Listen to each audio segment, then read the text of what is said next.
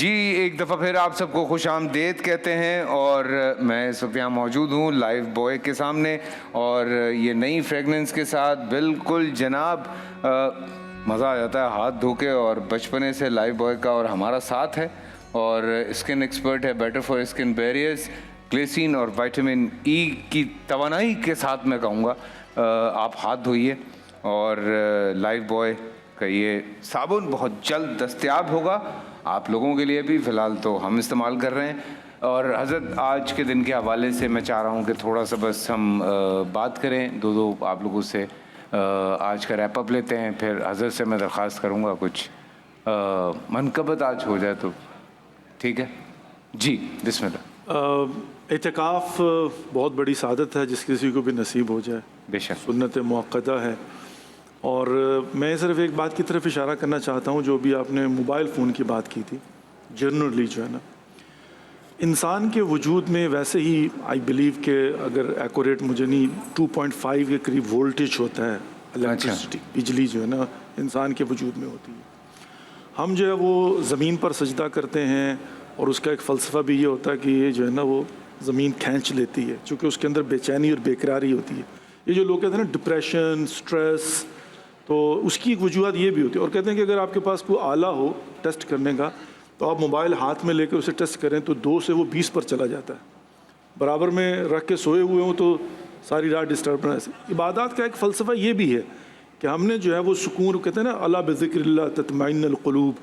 یہ ذکر خدا جو ہے وہ انسان کو جو دل کو سکون اور اطمینان دیتا ہے، اس کی وجہ یہ بھی ہوتی ہے کہ ہم لوگ جو ہے نا وہ ان گیجٹ سے دور، اور جب سجدے میں جاتے ہیں، بالخصوص سجدے کی حالت جو ہوتی ہے، نماز پڑھتے ہیں سجدے میں جاتے ہیں، تو وہ جو سسٹم ہوتا ہے نا وجود کے اندر وہ خارج ہوتا ہے، اور اس سے پھر سکون اور اطمینان ملتا ہے۔ محی الدین صاحب، اب آخری عشرہ آنے والا ہے، جب اعتکاف کی ہم بات کر رہے ہیں تو 2 چیزیں ہیں، ایک تو اللہ کی رحمت مغفرت اپنے عروج کو بھی پہنچ رہی ہے، اور اب یہ احساس بھی ہو رہا ہے کہ رمضان اب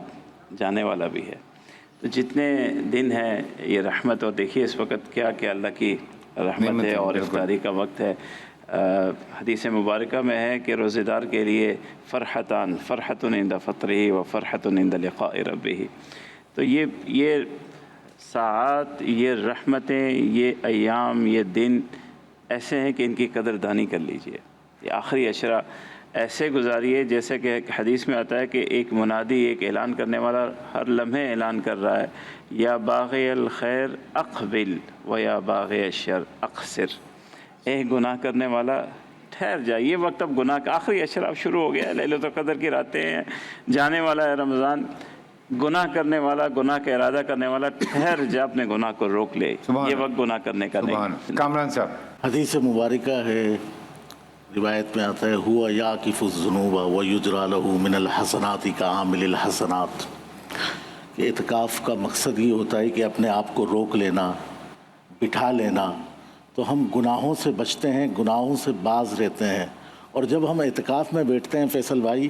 تو وہ یجری لہ من الحسنات کعامل الحسنات، تو ہماری نیکیاں جاری و ساری رہتی ہیں، اگرچہ ہم کوئی کام نہیں کر رہے لیکن وہ نیکیاں ہماری جو ہے وہ کسی نہ کسی صورت میں جاری و ساری ہیں۔ اعتکاف کا مقصد یہ ہے کہ ہم نے اللہ کو اپنے ساتھ محسوس کرنا ہے، اللہ ہر دم ہمارے ساتھ ہے، بے شک